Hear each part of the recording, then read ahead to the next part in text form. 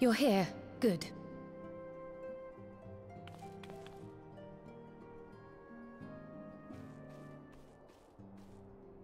So, how are they? Still locked in slumber, but otherwise in good physical health. For the present, at least. For the present? Oh no, is something wrong with them? I'm afraid there may be. I summoned you after detecting faint signs of instability in Thancred's corporeal ether. But subsequent examination suggested all 5 might be affected. And when I examined them just now, my fears were confirmed. Tellingly, the degree of instability varies between them. Thancred exhibits the most notable signs, followed by Y'shtola and Urianger. The twins' ether, meanwhile, remains relatively stable, but there is a change there too if one knows to look for it.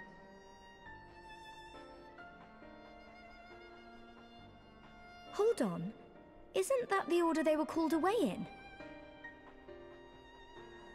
Indeed. Which leads me to believe the instability will only increase with time. Though I can but speculate, I fear this may be a symptom of a weakening link between body and soul. By the gods! What happens if the link is broken? I cannot say for certain. This is all unknown territory to us. Yet whatever happens, it cannot be good.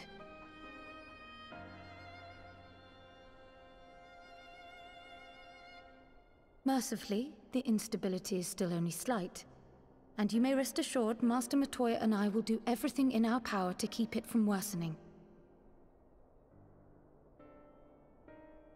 Be that as it may, it is imperative that you find a way to restore our friends' souls to their bodies.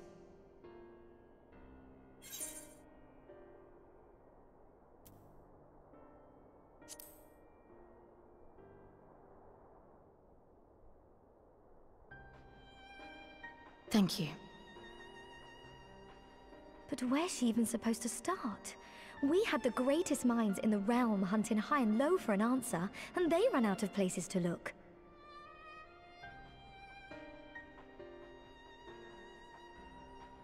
You stated in your report that the Exarch had originally intended to reverse the summoning process by means of his own death, correct?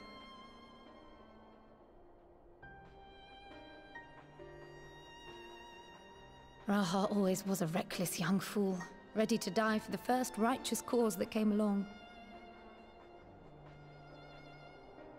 His plan might well have worked, but I for one am glad he never had the opportunity to see it through. Even if it does mean our friends must remain stranded a while longer. There is another way, I am sure of it. And the key lies with him, with the Exarch. Pray return to the First and apprise him and the others of the situation.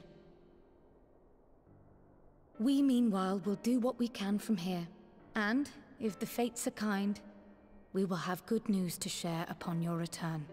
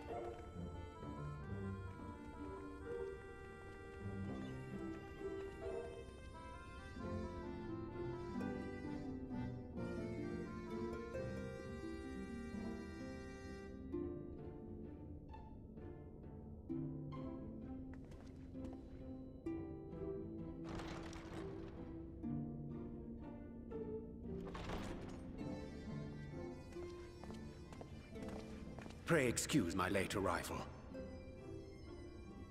Will Thancred and Reen not be joining us? Nay, milady. With apologies to all, they beg leave to pursue their investigation of the empty to its conclusion. Should matters here demand their presence, however, they did assure me that they would make themselves available. Yes, of course. Then let us proceed.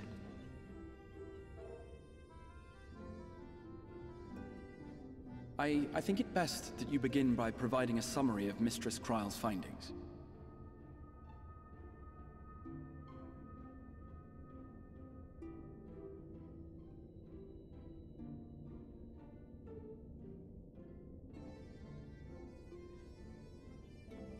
I suppose it was only to be expected that some change would occur.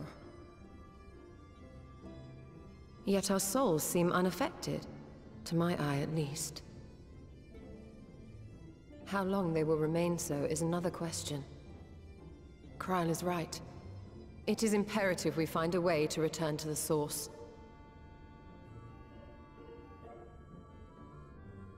Perhaps an explanation of the method by which I brought you here will yield some inspiration.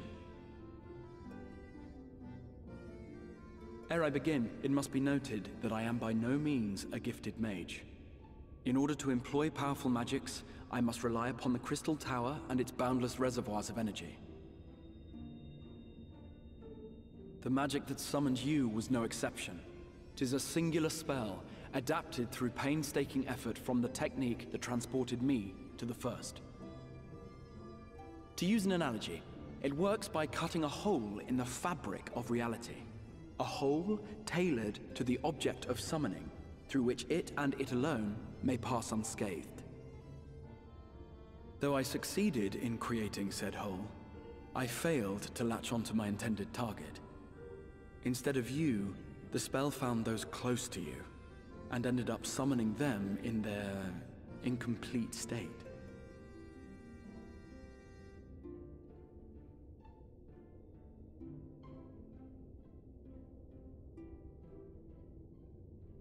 I would not soon throw my life away, not after the lengths you and yours went to save it.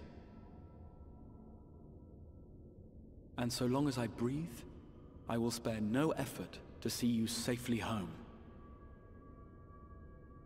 But should all else fail, and your lives be at stake, there remains one sure method.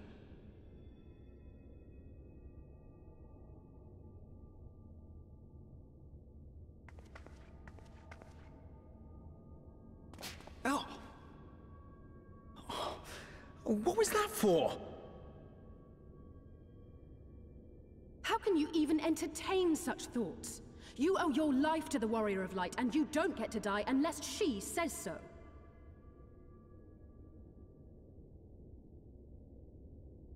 Your followers await your divine judgment. What did you just...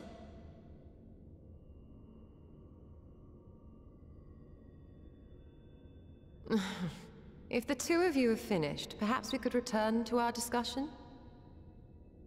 Rather than dwelling upon the multiple failed attempts at transference, I think it would behoove us to focus on the solitary success.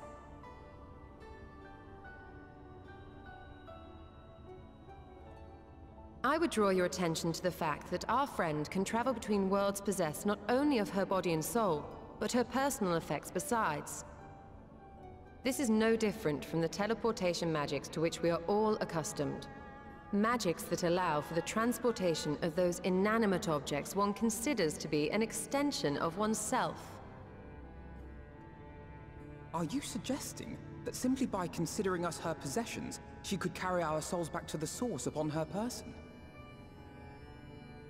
Well, it would be nice if things were that simple for a change. But vague notions of ownership seem a rather tenuous thing to stake our lives on. So much as a moment of doubt on her part and we'd be left floating in the rift. Milady hath the right of it. The requisite fixity of belief would be too much to ask even of our friend. Yet were we to immure our souls within an object in her possession, mayhap then our safe passage could be assured. white auracite would, I believe, serve as a suitable vessel for this purpose. It was conceived to imprison the massy soul of an Ascian, and should house one of ours with relative ease. We would need only to ensure our soul's safe preservation inside the stone, and identify a means by which they might be transferred back onto our vacant bodies.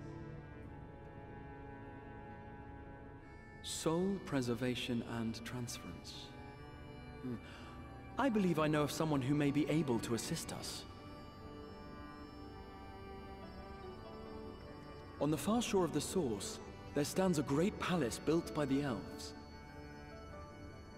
It was forsaken in the wake of the flood, but a certain Numo chose to make their home there soon after. Though they have long lived as a recluse, they once occupied a place of honor in Verbert's royal court, and it is said that none in all of Norvrand is more knowledgeable than they on matters of the soul. Well, I've no objection to seeking a helping hand, but if they've gone to such lengths to hide themselves away from the world, what makes you think they'd be willing to lend us one?